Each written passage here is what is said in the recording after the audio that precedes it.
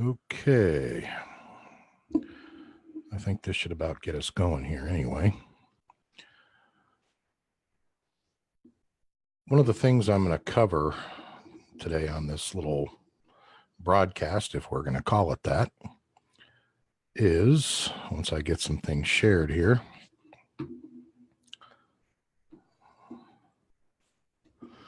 Okay.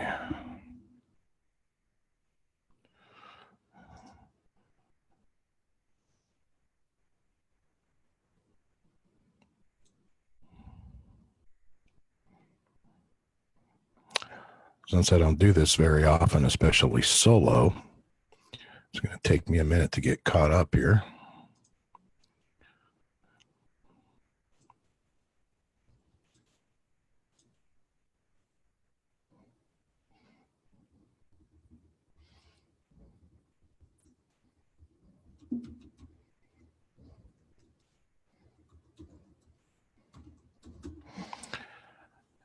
One of the things I think we need to cover in context is what exactly are emoluments when it comes to privileges, and exactly how does that play a role in the problem that we're having. You've seen this, what's behind me on the board before, so I call this as pretty much a, just kind of a simple way for me to explain it. A short test to see if a factor, call it a thing, that contains three variables can be balanced equally, equity. So, because the thing in question is called emoluments that contains advantages, profits, and gains, we need to, break this down effectively in context. So this is going to be kind of an interesting perspective for me. Kirk usually does this on the show, so I will try to keep up with as many comments as I can and open that up. I believe there we go. All right. Hey, Sarah, what's happening? Amanda? Hope you guys are enjoying your weekend. I wanted to go over a couple of things with you guys because this goes to, when you file your remonstrance, this goes to where you're claiming you're standing.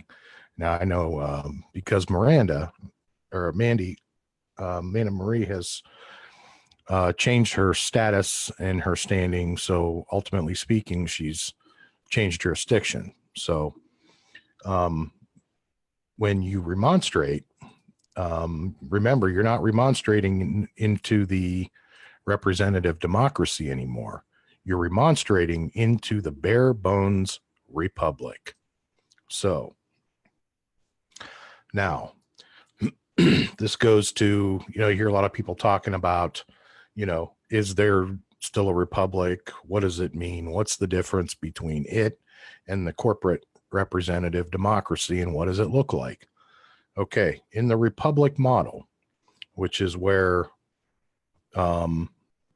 we are going to remonstrate into, this is the actual constitution in our style and form of government that was created by the forefathers. Okay, this is us using that and using it properly.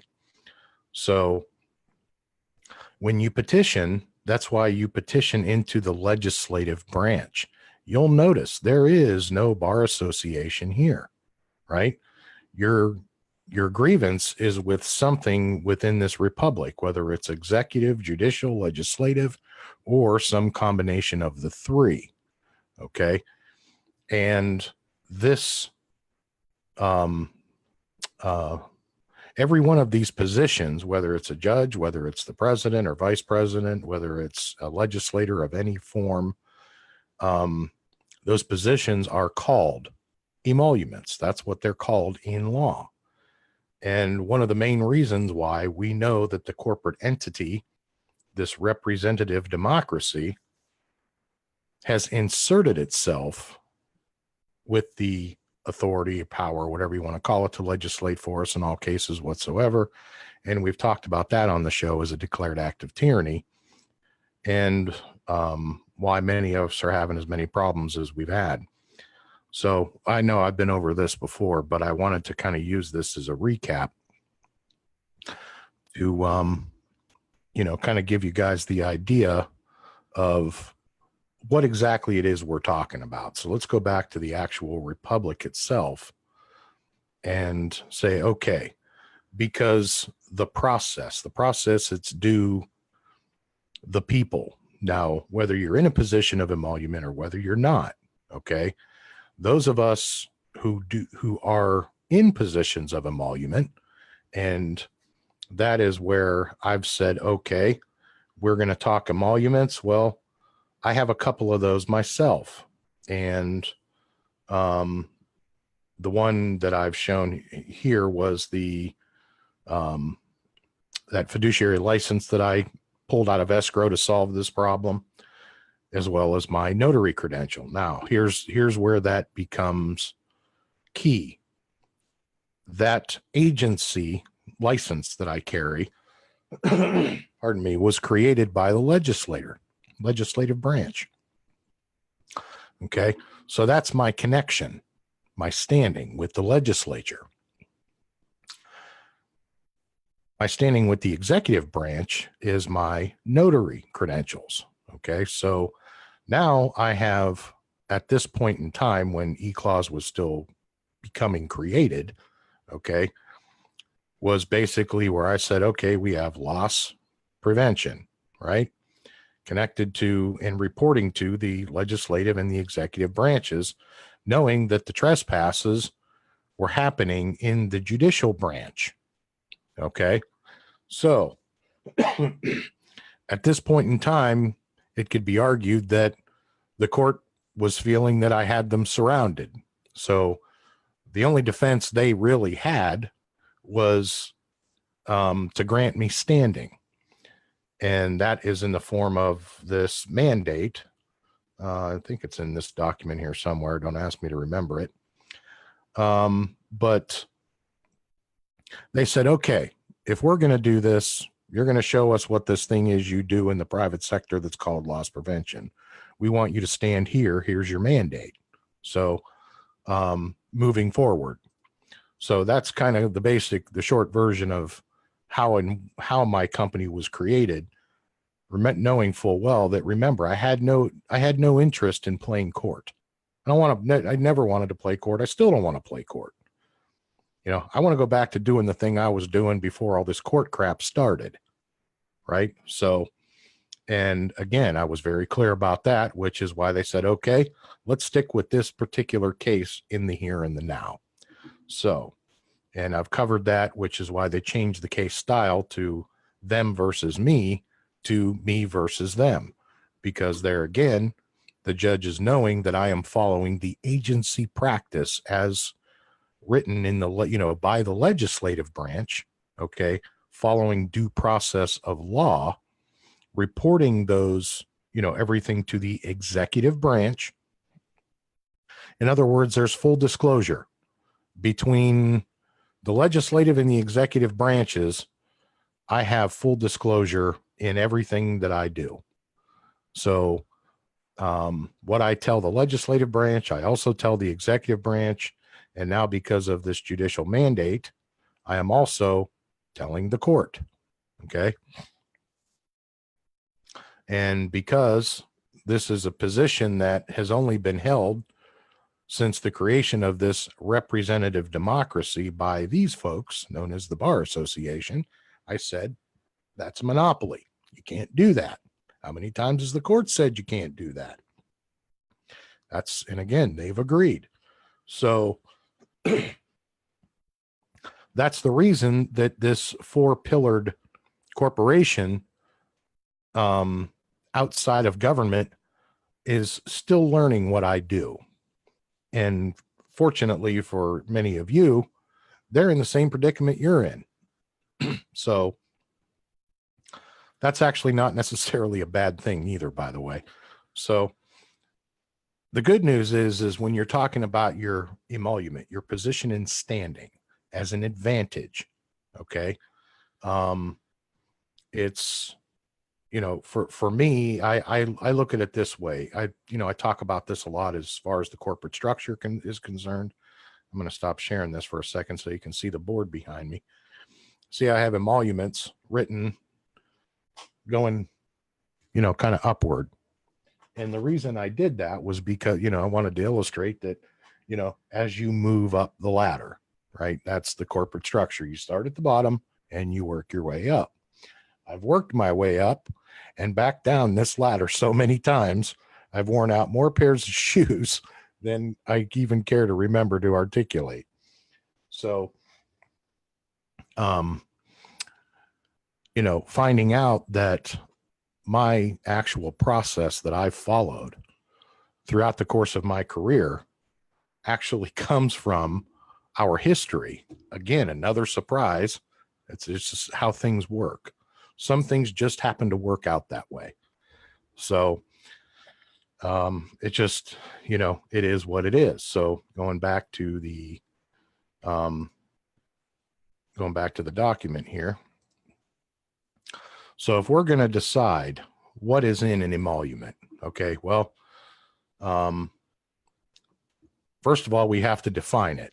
Are we talking about an advantage, a profit, a gain, some combination thereof? And what does the formula look like? Much not unlike the one that's behind me on the board. Again, this is management of public sector corporations, right? Who technically speaking don't necessarily have a judicial branch. Okay. We are let's see here. I hate it when I do that.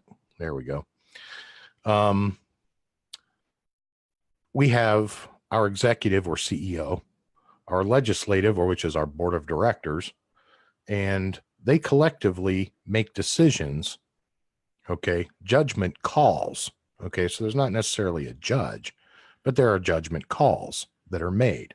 So when you look at the structure of private sector corporations, it looks actually almost exactly like our republic, right? Just without the judicial branch.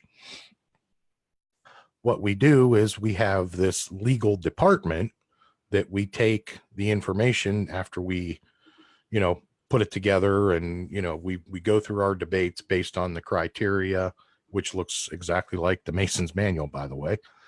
And we run it through our legal department and we say, hey, can we expect any kind of court challenges from this? Sometimes that requires a filing, or, a request for clarification from the court. A lot of cases not. So, it's not a matter of us really necessarily asking permission from them as much as it's been, kind of like, hey, dude, what's your opinion of this? Right? Is have you, in your experience or anything you've seen, is this going to present a problem? So, and most cases not, especially when it comes to issues like, I've talked about here a couple of different times. We ran an environmental cleanup program where we went around and to a bunch of our commercial customers and clean up a bunch of old crusty car batteries and sent them off for recycling. So again, nothing unlawful there. There was no real serious implications of anything illegal happening other than, get permission from the shop owner before you go in, start taking old inventory. Kind of common sense kind of stuff, right? So that comes from like number one, does the group must have the authority to take the action it purports to take? Okay, well, yeah, as the, respective people within the corporation, the emoluments of that corporation, we decided to take it upon ourselves to clean up a mess. Yeah, I think it's safe to say we had authority to clean up a mess. Okay, so, and, of course, you have many a meeting to decide, who's going to participate in all of this and yada, yada, yada. give different notices to the different departments, in this particular case, locations where we wanted to try it out. Pick a sector of the country or a quadrant, whatever you want to call it, depending on how your corporation works. There must be a quorum present at the meeting. Pardon me. At this particular time, I want to get into this specific part right here, because when we chose to use our commercial departments to do this, we wanted to have our commercial managers. Why was that key? Because the commercial managers know their accounts. They know their employees. They know what their limitations are. They know what they're capable of, what type of return can we expect on the investment, what kind of resources would it take, would it bother their business, their part of the business at any point in time in the day, blah, blah, blah, blah, blah. So as it turned out, the quorum consisted primarily of advisors that we pulled from different locations. Okay. And we, kind of gave them a question and answer, gave them the ability to, voice their concerns and, put together what the process looks like. How would they best be able to deliver this at their level, right? So, again, this is the key part of knowing what you're doing. And as in my position, having to create this thing, this was where the magic happened, right? This was where we got a lot of feedback from the people that were in the field, and we said, okay, here's what we want to do. And we've already gotten, pretty much the basics covered. In other words, don't walk into somebody's shop without permission, blah, blah, blah. And ultimately speaking, it's going to solve a much larger problem, which I've also talked about, which was we were having a deficiency of core returns to the manufacturers versus what we were buying, because we weren't getting cores back from used battery sales. So again, it was a way for us to supplement that, and we balanced it out, and we figured, well, a cleanup would accomplish multiple things. Number one, it would clean up the environment. Number two, it would solve our core problem, our core deficiency problem. So we basically quit having to pay fines. So, again, this was just, a bunch of us kind of brainstorming, sat around and figured out a way to overcome a problem that was within the emoluments of our corporation. So, what was the question? I just articulated the question. The question was, how do we overcome the deficiency in cores we were having? There must be an opportunity to debate the question, basically within the quorum, which we had done. The members, the board members and the CEO, they took a vote on it, decided, what, it was worth the investment since we had the manpower and all the resources out there anyway. So the only way we could go from the problem that we were facing, which was government fines and fees for not returning as many junk batteries as we were buying, was up. So there was no downside, right? So it was an easy sell for the majority vote, right? Obviously, there wasn't any fraud or trickery. There was us going out there to clean up a job or to clean up a mess and solve our own problem at the exact same time. Again, no harm, no foul. So, excuse me. And of course, there was no law or constitutional provision that was ever even a question other than, hey, you have to ask the person who owns the shop, can I go in there and do you have any old junk batteries you want me to take with me so I can send them back for recycling? Seemed to be a pretty basic question.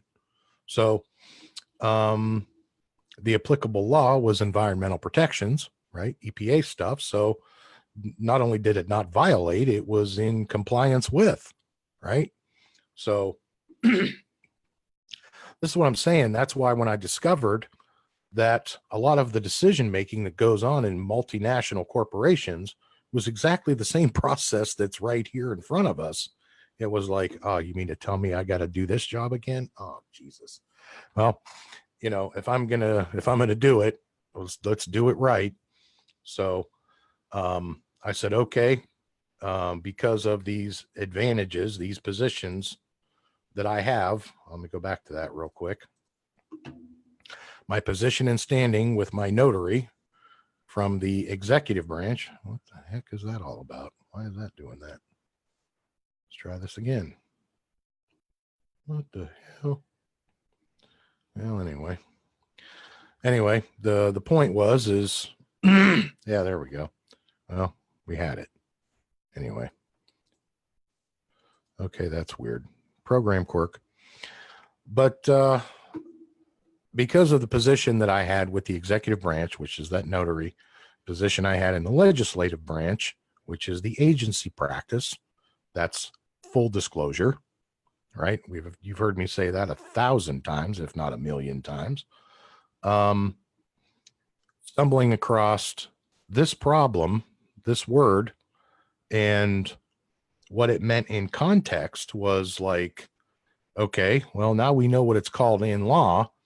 It was stumbling upon this second definition was where things started to get really, really ugly for me. And it wasn't so much that, the court even cared. If they would have cared, they would have never granted me standing. So evidently they must have started to see the value in what I was saying as far as the, as far as the parliamentary inquiry goes. Okay. And let's start to clarify some of these unlawful emoluments. We know they're unlawful. Why? Because I found two treatises. Well, first of all, an unjust conviction law. There was a treatise of malicious prosecution and false arrest and imprisonments. I said, I know those two don't usually go hand in hand, so I'm going to give you the choice. You can pick one, and we'll go from there. It also appears that for my case, we're choosing false arrest and imprisonments, and for the process that they want to use, they're going to use malicious prosecutions. So this is going to be a fun shit show. And, moving forward, knowing full well that there are, bad actors in our government, and I'm not even going to go down the political rabbit hole of that because we've already been down that political rabbit hole. This was where it was like, okay, well, how do I design this rascal to where it can only be used one way? Well, that goes back to the ideology, and pardon me, where that ideology comes from. Well, in the language of the court, that's Latin. It's also the language of our religious ideology. And Kirk and I had many a debate on this. So, anybody who was present during the after show got to hear some of that from the other night. But the one of the things I wanted to do was to just point out some of the very, very key elements. Remember, less is so much more when it comes to doing stuff like this, especially when you're talking about you're utilizing a position and standing that is over and above the average person, right? So you have to be very, very careful you don't become the thing that you're there to fight, right? It's kind of a struggle you have with yourself. So those who have done it understand. Those who haven't, it's be prepared for a completely different experience. Let me just put it that way.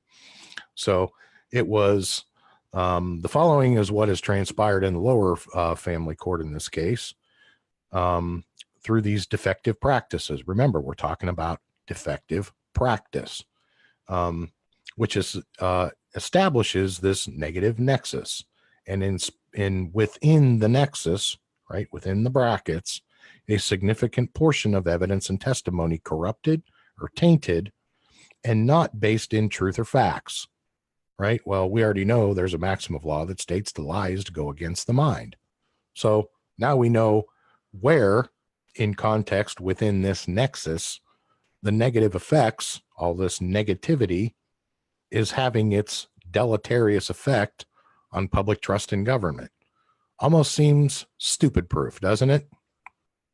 You'd be surprised how many people have not comprehended this. So if you don't understand it, don't feel bad. You're not the only one. And again, by going in and dropping in with my credential, my strictest duty, or my fiduciary credential, strictest duty of care recognized by the U.S. legal system, correcting the record based on my conduct, my good conduct, that's the plus one, showed the court that this first figure was in fact a negative. Well, what did that do to the negative? It showed the court something, that there is a negative there. So that's where my standing mandate came from. Okay. When we're looking at this in the practice, this is looking at it in real time. So if you want to do, examine how a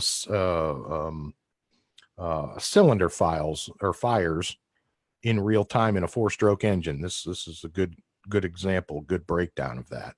So I actually had to show from my position within the parentheses in the greater nexus within the brackets where the negativity was and bring that to the court's attention. Guess what?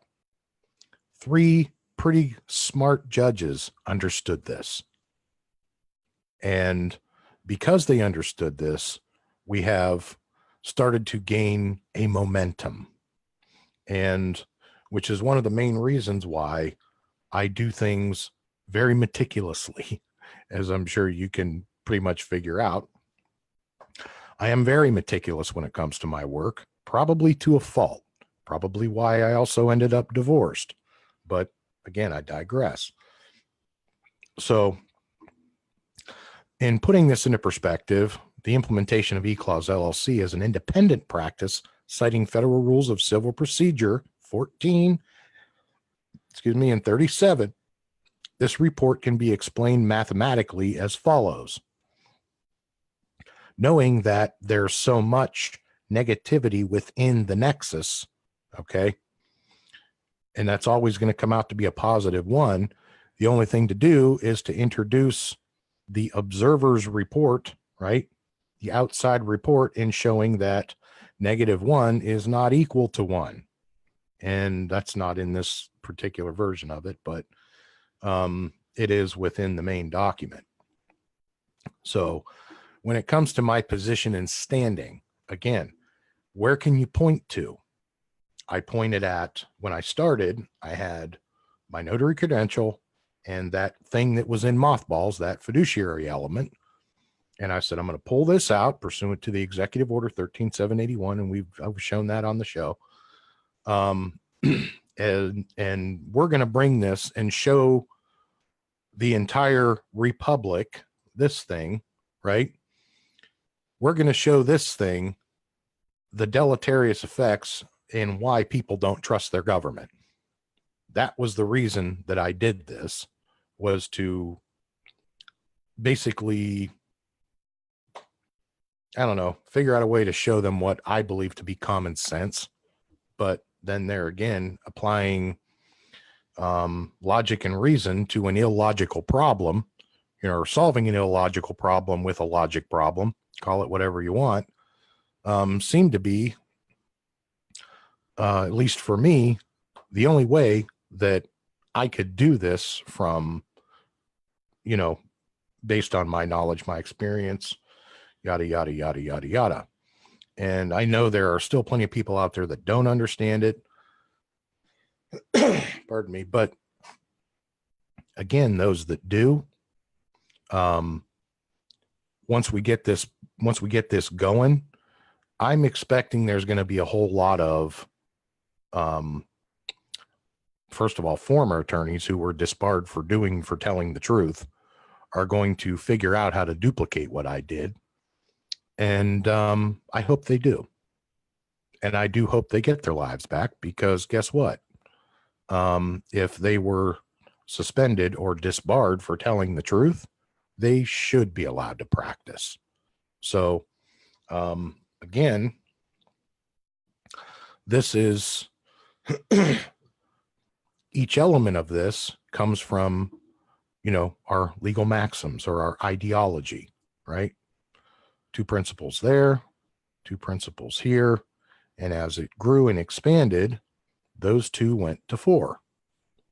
So, actually, I believe that was 5. Yeah. Well, no, the last one is 1. The law recognizes neither father nor mother, only the truth. That's what that last one means. So, again, this is showing the truth in the record. And the truth in the record is there's so much negative BS in there that's generated by lies, false allegations, yada, yada, yada. So much of this crap that it's crazy. So when we talk about how Lady Justice is victimized, okay, they hide these truths, right? That is exculpatory evidence that's hidden. In my case, it was a guardian ad litem's report where I actually had the cover page of the report that shows the date it was filed in the corresponding order of child support that was due me, showing that I'm supposed to be getting it, not paying it, right? So, but I didn't have the substance of the report. They've been hiding the Judge Rentala had been hiding the substance of the report in her desk drawer. And because she was doing that, that's why Lady Justice was the victim in my case. So that's where the truth is the mother of justice. That's why Lady Justice is blind. And again, that's why when I went over this, it was like, okay, how do I do this and walk in there and explain this in such a manner to where complete strangers are going to totally understand this right out of the box, knowing the trouble that I had with, John and Kirk just trying to understand it, in 10 months or almost a year. So again, it was like, okay, here we go again, handshake, right? That's me. Here's my capacity. Here's what I do. And here's my job description. Duties include, but are not limited to, in context of this, these 4 items right here, right? This is me introducing myself to them, people I've never met, probably will never ever meet face to face. Who knows?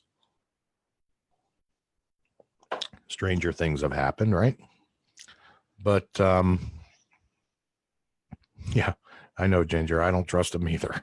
So anyway, the questions to be answered based on these 3 maxims of law, right? Justice comes before liberty. We know this. We also know that justice is to be denied to no one. And of course, that right and fraud never abide together. Now, why is number 1 the most important, and why is it number 1? If justice comes before liberty, and we know they're denying justice, obstructing justice, that means they are withholding your liberty interest. Again, this is me doing what I do to bring this to as many people's attention as I possibly could in as clear, plain language as I possibly could. Not expecting this thing to take off the way that it did. I figured, well, hey, knowing how these things go, you get 1 or 2 people and get to the end of your case. Hey, that's a gift, right? It only took 17 years to litigate the Hardwick case. So, the fact that I've been able to do this in 3, I don't feel so bad. Right. So, knowing that actually E-Clause is actually only into its actual 2nd full year of business. So technically speaking, I'm only 1.5 years old. And so, it's October 17th is E-Clause's birthday, I believe, by the way. So anyway, I hope that kind of helps you guys understand the position, the emolument in standing, the advantage. Okay. One of the things that prompted me to do this, there was a post out here earlier talking about, is the press duty bound to report the truth? And of course I said yes, And I based my answer on the emoluments of their position, right? From number 9. Number 9, there must be no fraud, trickery, or deception resulting in injury to another member. So another member or citizen, right? Somebody with emoluments. Oh, that's me. Having been the victim of lies and BS, I know what that feels like. Trump calls that fake news, as well he should. So, as well, many of us should. And that's why I said, okay, well, when we're talking about our emoluments, our status and standing, right? I've already decided jurisdiction. Jurisdiction is in DC. Why? Because my case is in 2 states, and both of the states are playing hot potato. Neither one wants it, right? Because they know who I am and what I do. They know they can't beat me. They know all we can do is play political hot potato, and the decision is ultimately going to be made in DC, whether anybody likes it or not. And guess what? I'm fine with that. So, in the meantime, I'm actually bringing forth a couple other cases from Florida that are multi-jurisdictional, not just the ones that are only in Florida. I've got a couple of those as well, but have a couple that are in multiple states. So, because I'm the only one that totally comprehends that process and how that works, that's one of the reasons why I'm bringing those as well. But I hope that clarifies what I talk about when I talk about emoluments as advantages. Because remember, it's advantage, profit, and gain. And people always want to say, okay, well, follow the money. Okay, well, yeah, that's only like 1/3 of the equation, because the other 2 things are the gains and the advantages. Well, you're not going to get the profits or the gains without the advantage. So you have to start with the advantage. And that's why it's even listed advantage, profit, or gain. It's listed that way in the dictionary. So if you use that advantage for a personal or corrupt purpose, then you should suffer the consequences. And I'll be the first to stand there and admit that. And guess what? That would be the closest thing to due process I've had in 10, 11 years. So on that note, I hope that, like I said, I hope that clarifies that a little better for you. But in context, I think I'm going to go ahead and end the live feed here. And I guess we will see you guys on the Wednesday night show. Actually, you'll see Kirk on Monday. Drop in, say hi to him. And I will see you guys on Wednesday.